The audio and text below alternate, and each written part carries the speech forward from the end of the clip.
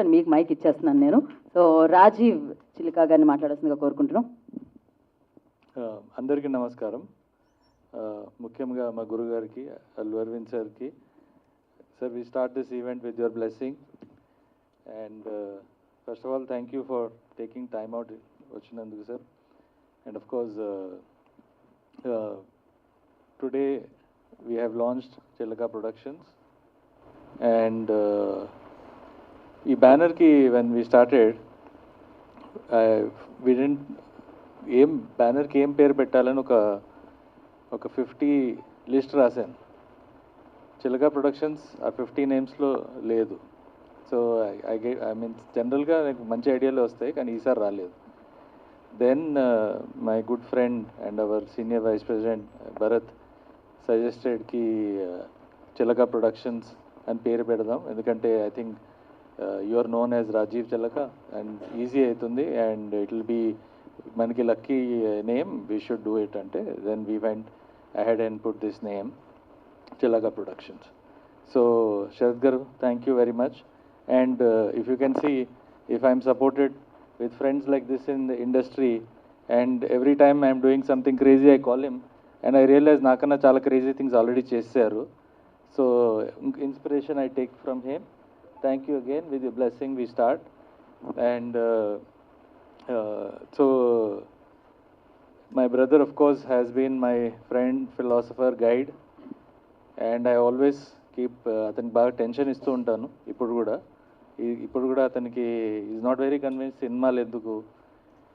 So ప్రతి step నేను తీసుకున్న దానికి he is been guiding force and నాకు ఎవ్రీ టైం కరెక్ట్ చేస్తూ, జాగ్రత్త పడుతూ, రిస్క్ క్యాలిక్యులేటెడ్ రిస్క్ని కన్వర్ట్ చేసి he keeps guiding me. And again I thank you for all your this thing.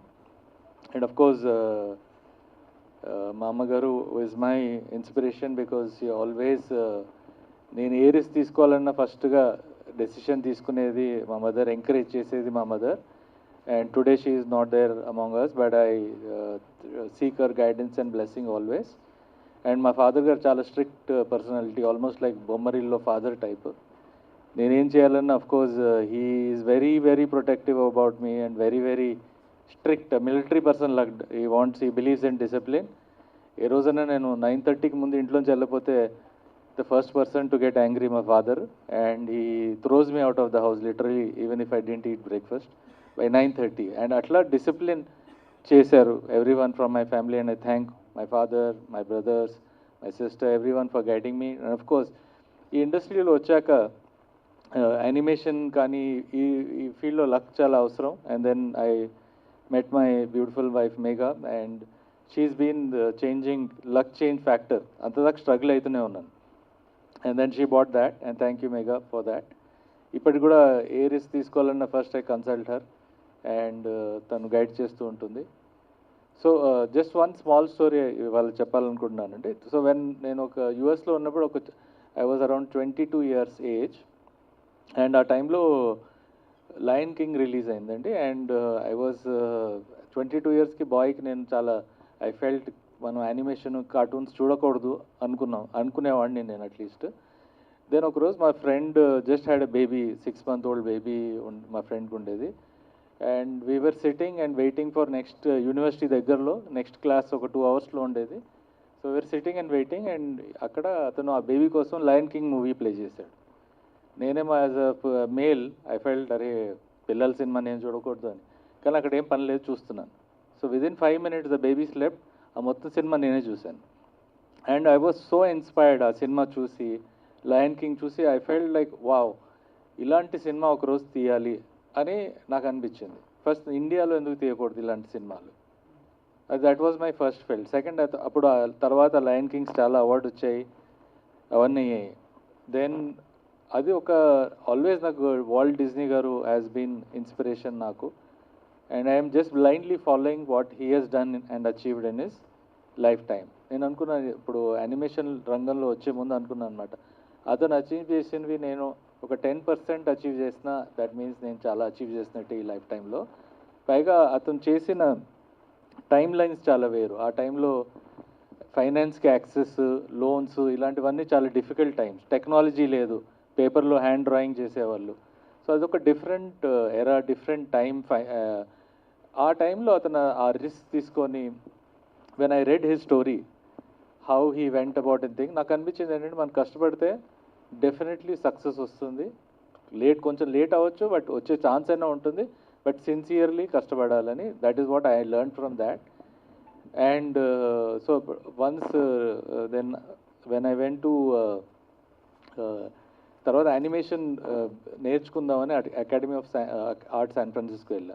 అలా డిఫరెంట్ యూనివర్సిటీస్కి వెళ్ళాను అడ్మిషన్ కోసం. అడ్మిషన్ దొరకట్లేదు అక్కడ, ఎందుకంటే నాకు డ్రాయింగ్ అంత సరిగా రాదు. Average, very very below average actually, compare to all the great artist that I work with.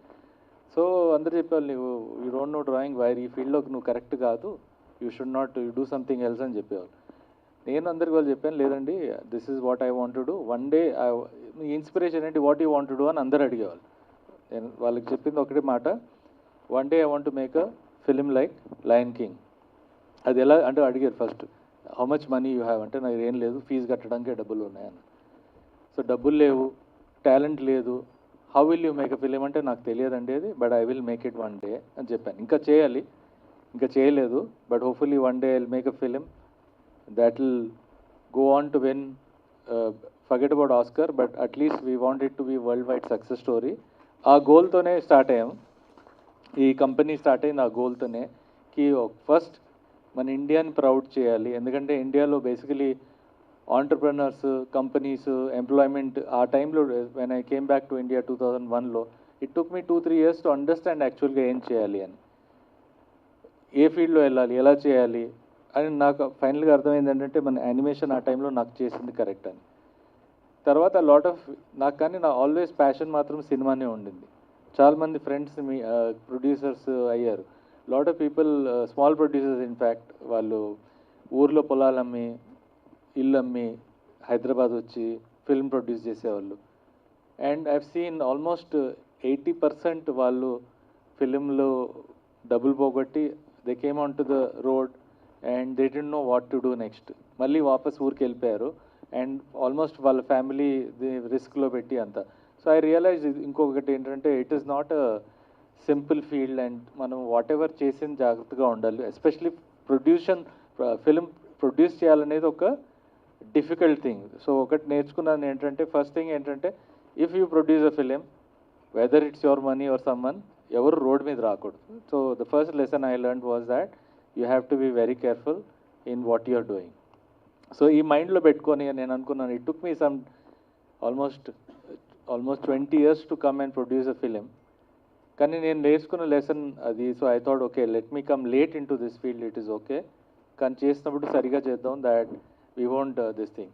So during ఈ animation days, during that process we went to various difficulties. మన కంపెనీ ఉంటుందా లేదా అనే చాలా డిఫికల్ట్ సిచ్యువేషన్స్లో ఫేస్ అయ్యాం.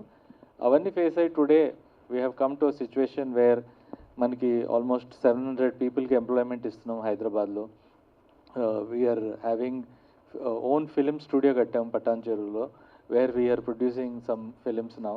ప్రస్తుతానికి 2 Telugu films produce చేస్తున్నాం, అండ్ ఒక కిడ్స్ ఫిలిం హిందీలో ప్రొడ్యూస్ చేస్తున్నాం. ఇవే కాకుండా చాలా ప్లాన్స్ ఉన్నాయి ఇండస్ట్రీలో.